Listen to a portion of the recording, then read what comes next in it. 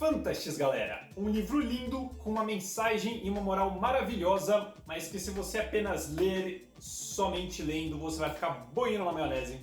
Então hoje, no episódio 9 de 99 livros, iremos falar um pouquinho sobre ele.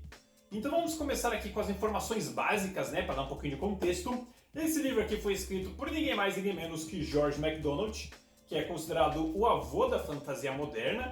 Ele inspirou muitos nomes conhecidos, né, na literatura de fantasia, entre eles C.S. Lewis, que escreveu as Crônicas de Nárnia, e o Tolkien, que escreveu O Senhor dos Anéis. Então, se você gosta desses dois universos, agradeço o George MacDonald que inspirou eles. Então, foi escrito por George MacDonald e publicado originalmente em 1858. Já é um livro bem antiguinho, galera. E esse aqui, ele é muito especial porque ele foi um dos primeiros livros assim de fantasia para adultos. E quando eu digo para adultos, eu não me refiro que ele tem cenas adultas para maior de 18 anos.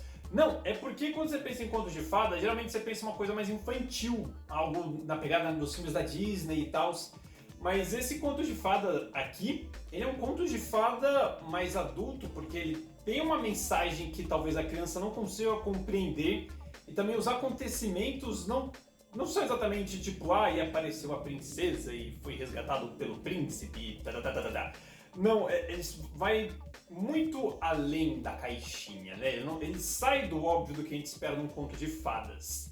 Então é um conto de fadas para adultos, que é uma proposta bem interessante, que hoje em dia pode até parecer normal, mas para 1858 era uma coisa bem inovadora. Então vamos lá, galera.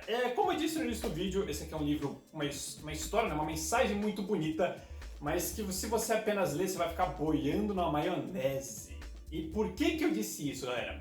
Porque o George MacDonald, isso não é exclusivo desse livro, é também nos outros. Aqui eu tenho A Princesa e o Goblin e A Chave Dourada e outros contos, que são outras histórias dele também, que se você só ler, você até pode achar uma historinha legal, mas você realmente tem que ler com olhos de ver. O George MacDonald era uma pessoa muito religiosa. Em todos os escritos dele, ele procurava passar a mensagem de amor verdadeiro, de sacrifício, de a busca pelo que é correto e não o que parece ser correto. E o Fantasy é completamente baseado nisso aqui. Tipo, tinha momentos que eu li e não entendi alguma coisa, tinha que ficar parado pensando, peraí, o que ele quis dizer com isso aqui? Porque esse livro aqui, ele gira totalmente em torno do amor, da busca pelo ideal, e a gente já fala um pouquinho mais disso, antes vamos dar um pouquinho o contexto da história. Que a história é basicamente de um carinha chamado Anodos, eu acho que assim se pronuncia o nome dele. Ele é um cara que é jovem, né, tá em torno dos seus 20 anos, e num belo dia ele acaba se deparando com uma mulher, um tanto quanto curiosa, conversa com essa mulher, uma conversa meio doidona, e aí no dia seguinte ele acorda e olha assim ao redor, ele se vê em seu quarto, mas ao mesmo tempo vê que tá tudo diferente, tipo tem uma árvore atrás da sua cama, o chão é cheio de água, cheio de relva, e aí ele percebe, né, pela conversa que ele teve na noite anterior, que ele está na Terra das Fadas, né, no mundo de fantasia. Então ele começa a caminhar, né, por essa nova estrada que surgiu literalmente no quarto dele e inicia a sua aventura. Então temos aqui um mundo de fantasia que é muito rico, porque ele tem detalhes que não são necessariamente escritos longamente, né, 1 milhão de páginas descrevendo as coisas, mas são detalhes ricos. Por exemplo, sem dar muitos spoilers, você tem as fadas, e cada flor tem uma fada diferente, né? Porque a flor seria meio que a casa, mas ao mesmo tempo meio que a roupa da fada. Aí você tem os duendes, você tem os espíritos, as árvores. Isso é muito da hora, porque o que realmente tem de bastante vivo nas Crônicas de Nárnia é também o que tem bastante vivo aqui. Então é um mundo bem vivo que você realmente consegue imaginar as coisas. E não apenas imaginar, mas também ver, porque este livro possui ilustrações. Eu tinha esquecido de falar no início do vídeo, olha só que da hora. Tem umas ilustrações em preto e branco aqui. Tem até que bastante ilustração, galera. Ó. Tem umas grandinhas, umas menorzinhas. Tenta mostrar só as do início do livro, né, pra não dar muito spoiler. Mas ó, tem umas ilustrações bem legais aqui. Então você tem esse mundo de fantasia aqui que é muito vivo. E por que eu disse que essa história aqui gira em torno do amor e da busca pelo ideal? Porque tentando dar o mínimo de spoiler possível, porque falar isso sem dar spoiler é difícil. Você tem o personagem principal com todos os seus preconceitos, que quando eu falo preconceitos eu não me refiro necessariamente ao preconceito que a gente tem hoje em dia, né, contra raça, contra gênero. É um preconceito da ideia que a gente preconcebe em relação ao mundo como um todo, e não especificamente a uma coisa aqui ou uma coisa ali. Então você vê que o Anodus tem um ideal de mulher, ele tem um ideal de homem, ele tem um ideal do que é coragem, ele tem um ideal do que é covardia, então ele põe tudo dentro de uma caixinha. E tipo, cada coisa é uma coisa, só pode ser essa coisa, não pode ser mais nada. E são justamente esses preconceitos, né, essas ideias, paradigma, eu acho que é uma ideia, uma palavra melhor do que preconceito. São justamente esses paradigmas que o livro procura tratar com os acontecimentos.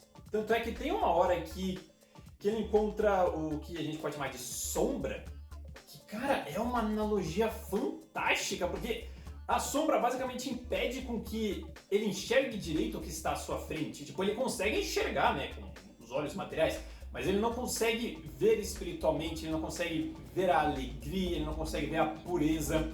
Então você tem essas analogias, os personagens que ele encontra, você tem pessoas que vivem na Terra das Fadas e sabem que vivem na Terra das Fadas, mas ao mesmo tempo tem pessoas que, mesmo vivendo na Terra das Fadas, acham que a Terra das Fadas não existe.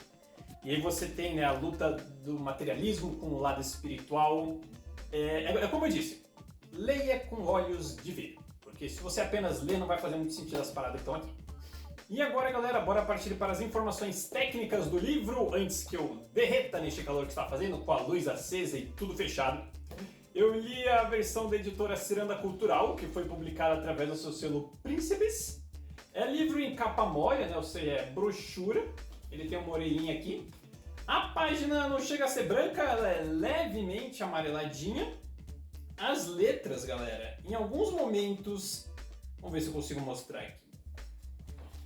Em alguns momentos elas são pequenininhas, em alguns momentos elas são um pouquinho maiores, você tem essa variação, né? Às vezes para ocupar menos espaço em uma página, mais espaço em outra.